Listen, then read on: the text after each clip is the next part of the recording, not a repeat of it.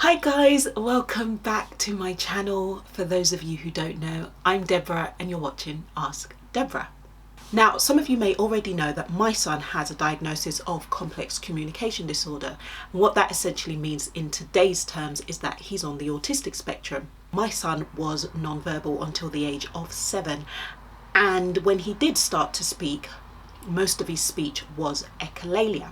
He's now soon to be 17 years old with full communicative speech. Now, I've often had many people ask me what I did to support my son's development, and so I thought it would be really useful to share a video with some of my tips that you can do with your children at home. Now, I must stress that I'm neither an education or healthcare professional.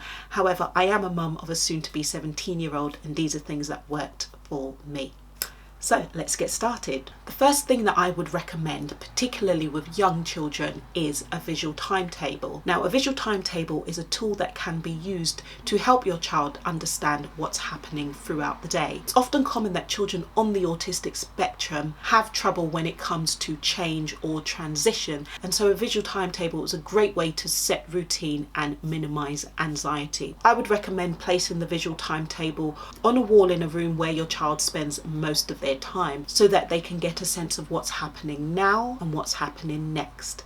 A visual timetable allows you to give your child structure, which can be really beneficial for children on the autistic spectrum. The next thing that you can try is PECT, otherwise known as the Picture Exchange Communication System. Now, I'll be honest, I didn't personally use this at home. However, I was fully trained and in full support of this being used with my son at school. PECT is essentially what it says on the tin. It's a way of communicating with pictures. You essentially build up a vocabulary of pictures in which you place within a book to form a sentence. For example, if you wanted to say something like, "Let's play football," you'd have the sign for play and football with the words written underneath. Now, one of the big things for any child with a language delay is the use of simple language. It's really easy to overtalk or talk really fast, or even compensate for your child where there is a language delay. However, the use of simplified language is really essential when communicating with children with autism. One of the things that I found really useful was giving my son small but clear instructions, providing my son the opportunity to take charge in what he preferred to do by giving him a few options that would not overwhelm him. For example, at breakfast there would be an option of 2 types of cereal that my son could have. I would show him the 2 cereal boxes, cornflakes and Weetabix, and ask him which he would prefer. So let's try. "Malachi, which would you like to eat? Cornflakes or Weetabix?" I'd pause, knowing that at the time he was unable to say what he wanted, but he was able to point to his preferred choice. When he made his choice of Weetabix, I would then say, "Okay, shall we have some Weetabix?" "Right, we're going to have some Weetabix," repeating the words so that would stick in his mind. The next thing that I would suggest are social stories, and I have to say this is my absolute favourite. Now, social stories will be commonly used at school anyway. However, these are something that I would recommend that you personalise at home. Now, I have to say that I got a bit fancy with mine, where I would laminate and bind them, and I found this way to be really beneficial because they were a lot more durable and we can refer to them as and when we needed to over the years. You don't have to do that, of course, but where possible, it's always a good thing to do. By personalising your child's social story, they make them that much more real. And you can discuss events that are going to happen or events that have happened. You can add pictures of family, favourite places or food, and include information that will help your child understand certain situations or events that would otherwise be quite difficult for them. Say, for example, you're going to a wedding or to a holiday. You can prepare them in advance by creating a social story with pictures of what they're going to wear, where the church is, and how they should behave. A social story can be a great way of reducing anxiety for your child. Next up, video diaries. Now, we are so lucky to live in a time where almost everyone has access to a smartphone. However, at the time that my son was diagnosed, smartphones weren't easily as available. Instead, I was able to get my hands on a small camcorder where I would video and commentate everything that we did. So when we went to the park, I would say things like, "Malachi, you're on the swings. You're swinging really high.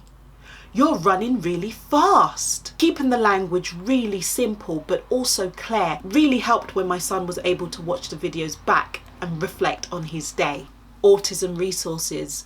We're so lucky to live in a time where there are so many resources available and so many people willing to help. When my son was young, I discovered a brand by the name of Baby Bumblebee, who produced a series of DVDs for children with language impairments. Now, I went crazy and purchased every single one, but you don't have to do that anymore because there are so many resources that are available for free. But essentially what these videos were similar to the video diaries that I have suggested, in that they used simple and clear words in which they repeated. For example, on the screen would be displayed a particular image, let's say a church. So you'd have an actual church, a drawing of a church,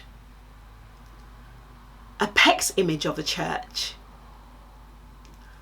and a toy church. And these images would be displayed on the screen whilst the voice would be repeating the word in a very smooth and calm tone. Let's give it a try. Church. Church. Church. Church.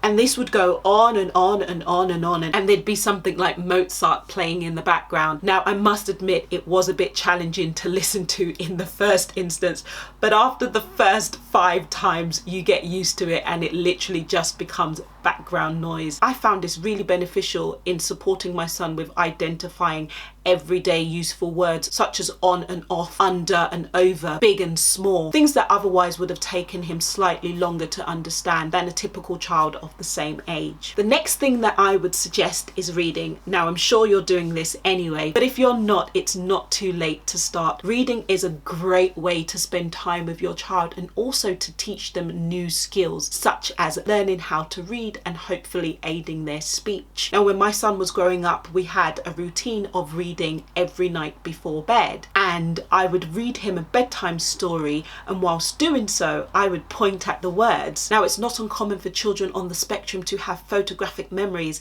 and actually, although my son was unable to speak until the age of 7, he was actually able to read and spell fluently by the age of 4. Now, you're probably wondering, how on earth is that even possible? But through memory, he was able to learn the words that he would see on the Baby Bumblebee DVDs, as well as the words within the books that we would read. And with time, he was able to recognize what they were. He was also able to write them down by typing on a computer or making the words using his letter blocks. And eventually, by the age of 4.5/5, he was able to write them down on his whiteboard or super scribbler. Finally, and this will probably be everyone's all-time favorite, nursery rhymes. Doesn't matter whether you can sing like Beyonce or you're tone deaf, nursery rhymes are a fantastic way to aid communication because the words are repetitive and they are simple. Get yourself singing with your child and doing the hand movements. It's so much fun, and you may just find your child sneakily singing or humming the words, as I would often find mine. Okay guys, it's important to remember that speech is not the only form of communication, and not all children on the autistic spectrum will go on to talk. Please continue to work closely with the professionals who are supporting your children, such as the school's Senko and speech and language therapists. I would never tell you to do otherwise, but hopefully these tips can be something that you can add on top to make learning at home that much more fun and possibly aid communication. Okay guys, so if you like what you see and you want to see more, or you want to see something in particular, please leave a comment. I'd love to hear your suggestions and get a video out there for you. Until then, don't forget to subscribe, like, share, and of course hit the bell button for further alerts. Until next time guys, happy learning.